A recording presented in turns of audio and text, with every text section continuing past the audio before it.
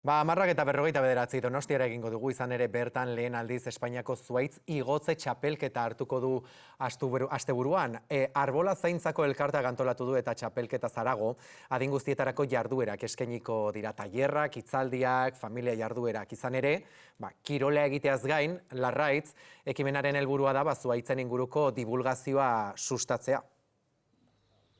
Bai, hori da, eta atzotik hasita, tailerrak eta hitzaldiak, solasaldiak, denetik ari dira hemen eskaintzen, eta hemen nire atzen ikusten du zuen bezala, zuhaitzak nola igo ere, prestatzen ari dira, bihar txapelketa delako, bihar hasiko da, ostiralean klasifikatuak, eta larun batean dagoeneko, finala jokatuko da, baina guzti hori, Omarreko beto azalduko dugu, Omar dugulako antolatzaietako bat.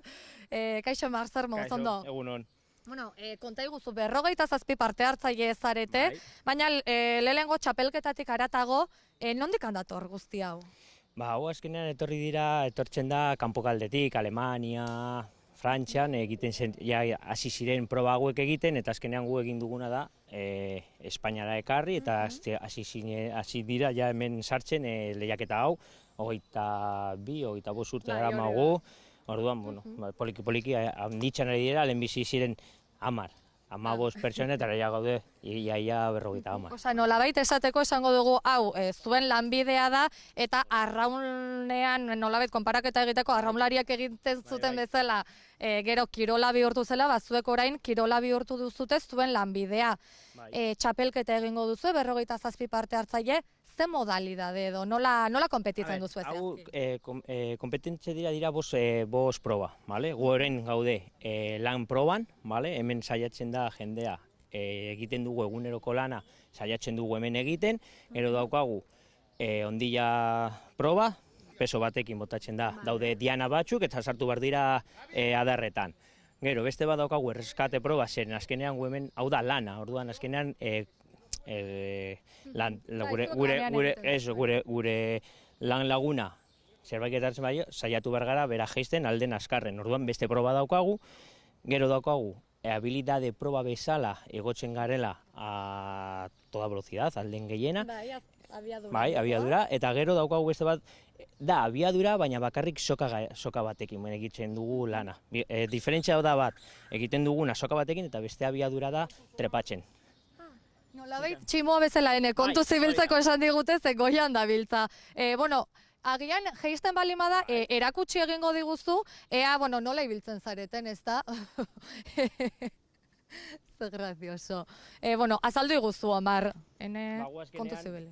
Guazkenean hemen, gure lan ekipoa dira, arnesak, hemen adibidez erabiltzen dira lokarri batzuk modua lan egiteko, gero pantinak, eta daukagu, botak ez dira bereziak, dira antikorte, jende batzuk antikorte, eta beste batzuk mondizale bota batzuekin egiten ditera lan.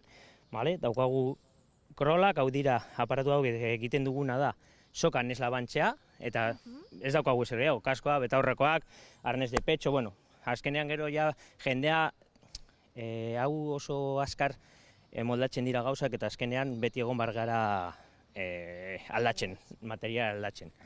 Erakutsiko diguzu nola egiten duzuen igoera hori, hau da, demagon txapelketa dugula egiteko, biharko eguna da. Gainera, proba azten da honela, azten dira horrela igotzen, proba beti azten dira, lehenbizi ondilak, zer? Bai, guazen atzeraka, bestela eman egingo dugu agian, baina ikusten dugu nolari den hankak lotzen nola bait, eta zer egiten du, indar hankekin? Bai, azkenean da eskalada modukoa, eta hau da, daukagu aparatuak blokatzen dute soka, eta eskalera bat bezala ekotzen dira. Oso erraz, baina hau da,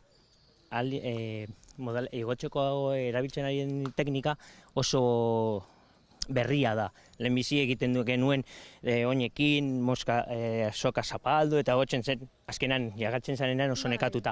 Eta horren adibidez oso erraz egotzen gara. Eta erraz eta bizkor. Bai, ez da. Hau zen modalidade litzateke? Hau da en simple, deitzen diogu en simple. Eta gainera, mekanismo hau balio digu, ez dugu behar beste soka bat zuetxan jarri. Honekin balio zaigu igotzeko, jeisteko eta lana egiteko. Primeran, Omar, hemen txautzeko dugu nik uste, gogoratuko dugu